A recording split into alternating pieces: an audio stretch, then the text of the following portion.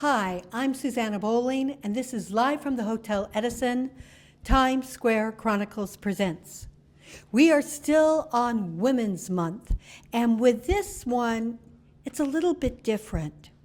We all have stories about our families, and recently we have found that family life is not so great. It's not the Brady Bunch, it's not Father Knows Best. But my guest today has written a book called The Shadow Diaries. And her father was a mafia drug lord, and she has survived it. We're with Raquel. Growing up, you didn't have the normal childhood. No, I didn't. What was your childhood like? My childhood was very traumatic. It was very, it was like a firecracker all the time. You know, wherever we went, it was explosive. It was just loud. It was just too much. It was not a normal childhood life. What are the things that you most remember from your life? And by the way, I have to say, I think you're so amazingly courageous to talk about it and to get out of it. What most people don't know is that Raquel is also a top makeup artist and has her own makeup line. You have managed to overcome so much. What gave you the strength to do this? As a little girl, I went through so many different chapters, I would say, before I hit the age of 9 years old. Most little kids are playing with Barbies, dolls, and stuff. I went through a lot. Like, I was shipped from home to home because of my mom and my father's breakup. I didn't know that my father was like a very powerful, notorious drug lord. I had no idea. You know, as a child, you don't know. I just knew that he was like my knight in shining armor. He was always there for me to protect me. And I always remember my mom sending me from home to home and, you know, the nightmare that came about when I met my stepfather. Oh, so it wasn't your father that was the culprit, it was your stepfather? My stepfather was an abusive person that my mom met, and he abused us, all of us, my brother that passed away, myself, including my mother, and even an elder sister that I have. Like, he really just did horrific things to us. And as a little girl, I spoke to my dad about it one day over the phone, not knowing that he was who he was. Of course, he came. When I remember hanging up the phone and telling him, "Daddy, please don't say anything, because if you say something, this man's going to burn us, kill us." And my dad just hung up the phone. I was scared. I was like, oh my God, he's gonna tell them what I said, and you know, I don't know what's gonna happen. I was just so nervous. My father showed up the next day and just took me away from there. Did the stepfather survive it?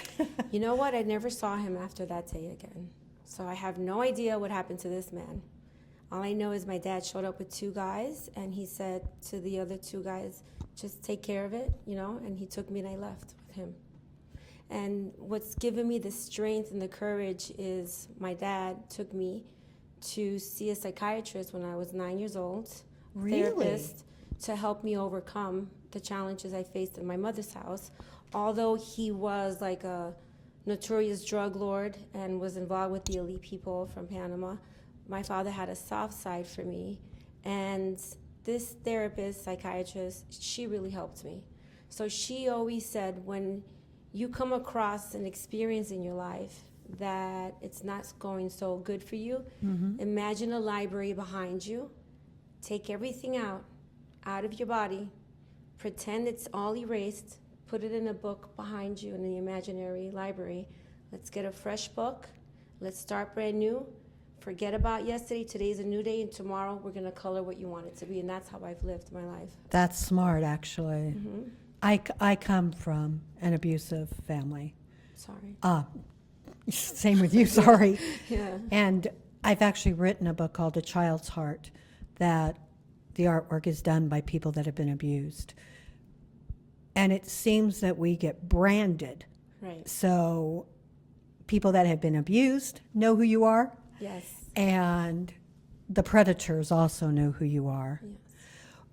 In going from your mother's house to your father's house, what did you have to deal with there? In my father's house, it was like going from day and night because my mom, she comes from like a gypsy world and it was very poor. My stepfather was poor and like so much abuse in this house, bad words, foul language, drinking and stuff. And it wasn't the best of the best. And then going from there to my father's luxurious home, a mansion, had elite everything, the best of schools, the best clothes, the best of the best. I had the challenges of dealing with a stepmother who was not such a nice woman, but she was not as bad as my stepfather. So if I had to choose, she was the lesser evil. So Did your dad know what the stepmother was like? I used to tell him, and he would put her in her place, but he was always traveling. He was always away, like he was always in Panama. And I used to see him maybe 2 or 3 times a week. And as I got older, I used to tell her I'm going to tell my dad, and yeah. When did you find out that your father was a drug lord? So in 1984, when the revolution of Panama was starting to happen, my father, November 18th, 1984, was one of the saddest days of my life because that's when I found my father on the floor gushing with blood. Like, Wait, you found out after he was dead? after he was dead, because I was a kid. Like, to me, I was just, I erased all the memories of being sexually abused and beaten by my stepfather. Of course. Living with my dad. So I was in an elite school. I had my friends, and it was all about, you're a young teenager, beginning teenager, and going out. My dad had me in many activities, dancing. I was a ballerina. I was playing the piano. I was in so many different things. My life was my days were occupied. So I had no idea what he did, and sometimes I was looking forward for him to going away so I could be mischievous and do whatever I wanted to do.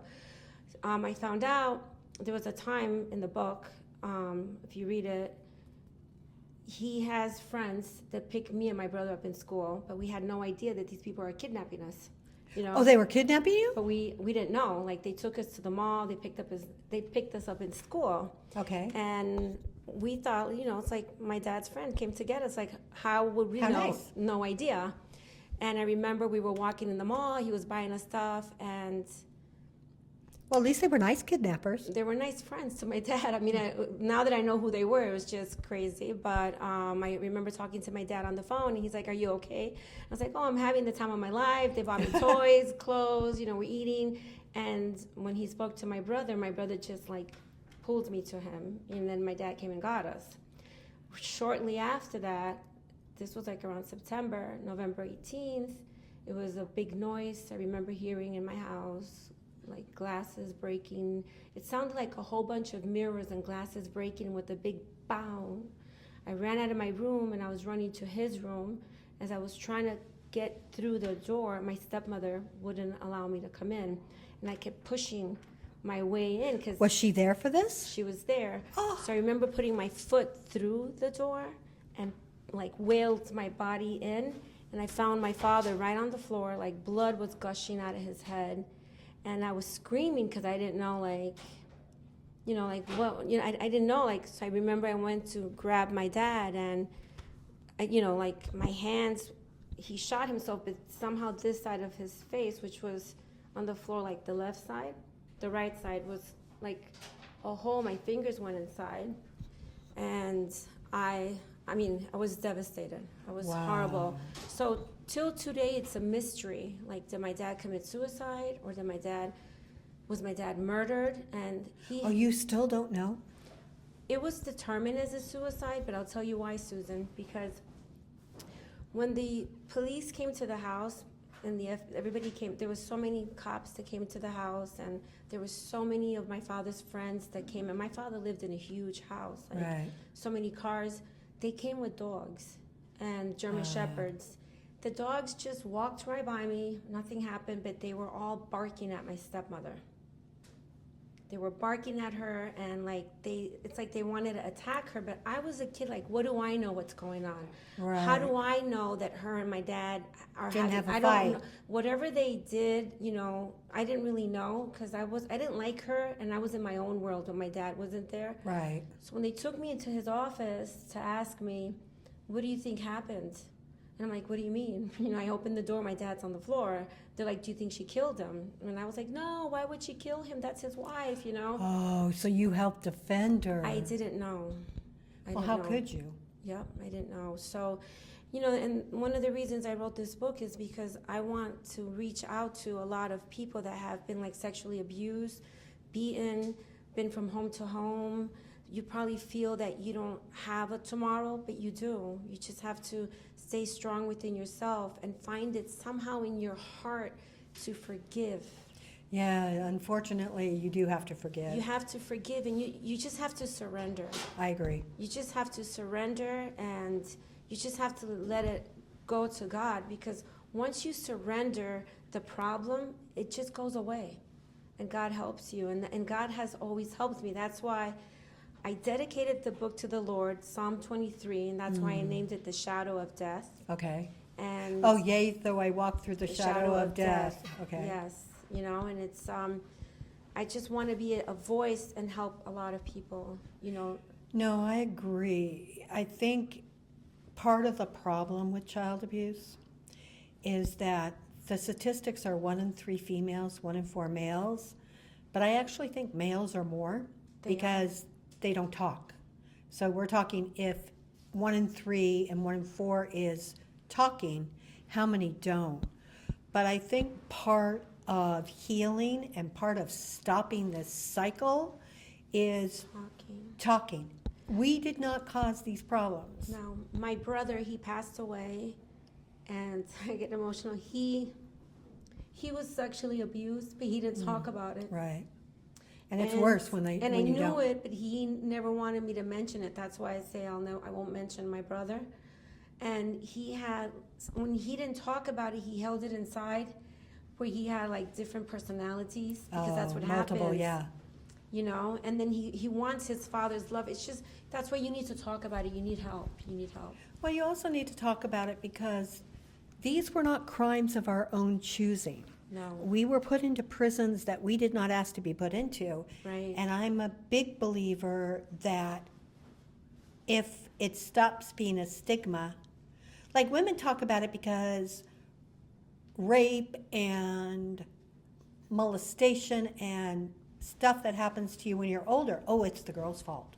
Right. And so therefore girls aren't that afraid to talk about it. But for men, it's a big deal because it haunts on their masculinity.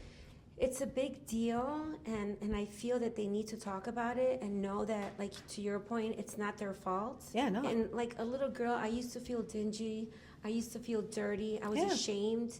And sometimes I wanted to play with my cousins and friends, but I would be like, I'm that dirty little girl.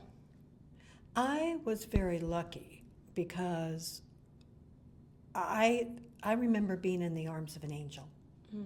I was, I don't know if you call it disconnected. I kind of don't think so because I remember the angel really vividly. But I know other people that choose the other side because both appear when you're going through that. And I don't think people really understand that. What would you like people to take away from your book? What I would like people to take away from my book is that if you find yourself in a situation where you are being abused or you were abused, and this is something that is affecting you, look for help. I'm starting a foundation. It's going to be called the Fernandez Foundation, where I want to help as many little kids and women, and just know that you are loved. It's not your fault. You're beautiful. Find it in your heart to forgive the person that's hurt you, so that you can move on, because tomorrow's beautiful. Absolutely. We need to connect because with a child's heart, what's supposed to happen with it is that the money that's being made from it isn't going to the people that contributed it. It's to do a teaching tape for judges, and if kids need money for lawyers to get out of the abusive situation, to help them get out. This is why my foundation is going to be important, because I want to have like a recreation room. I want to help children. I want there to be a place, like if a child wants to study, be a lawyer, nothing, your past is not going to hold you back. We're going to do everything we can to help you. And what would you like to say to women for Women's Month on how to stay strong? I would like to say that, first of all, you're beautiful. There isn't any ugly women out there. Stay strong by having a kind heart and forgiveness. You know, that's what I would like to say. And also look for God. It's funny because these podcasts never go where I think they're going to go ever. And this is a subject that really needs to be talked about. I am so grateful and blessed to have Raquel with me today to talk about this epidemic that seems to be the movie of the week. Whenever it happens to one person, we talk about it and then we forget it. I am so grateful to Magda Katz for filming us and making us look good, to Romuald Gopez and the Hotel Edison for giving us a place to speak and a home to have our podcast. I'm Susanna Bowling, and this is live from the Hotel Edison, Times Square Chronicles presents.